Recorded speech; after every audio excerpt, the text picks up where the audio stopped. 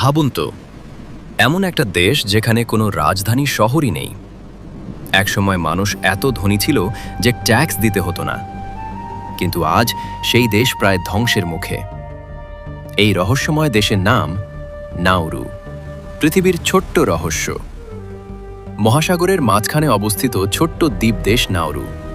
এটি বিশ্বের সবচেয়ে ছোট দ্বীপ রাষ্ট্রগুলোর একটি।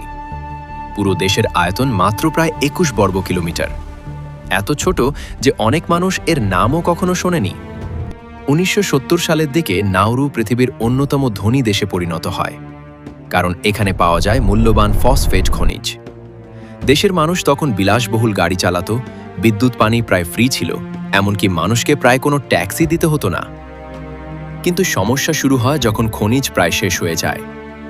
অতিরিক্ত খননের কারণে দেশের বেশিরভাগ জমি নষ্ট হয়ে পড়ে। আজ নাউরুয়ের অনেক অংশ দেখতে শুকনো পাথরের মরুভূমির মতো, যেন অন্য কোনো গ্রহ। বর্তমানে দেশটিতে স্বাস্থ্য সমস্যা অনেক বেশি, কারণ মানুষ দীর্ঘদিন ধরে ক্যানজাত ও ফাস্ট ফুডের উপর নির্ভরশীল। এখন নাউরু বিশ্বের সবচেয়ে বেশি স্থূলতার দেশের তালিকায় অন্যতম। এমন অদ্ভুত দেশ সম্পর্কে আগে জানতেন? ভিডিওটি ভালো লাগলে ফলো করুন, কারণ পৃথিবীতে এমন আরও রহস্যময় দেশ আছে যেগুলো আপনাকে অবাক করে দেবে।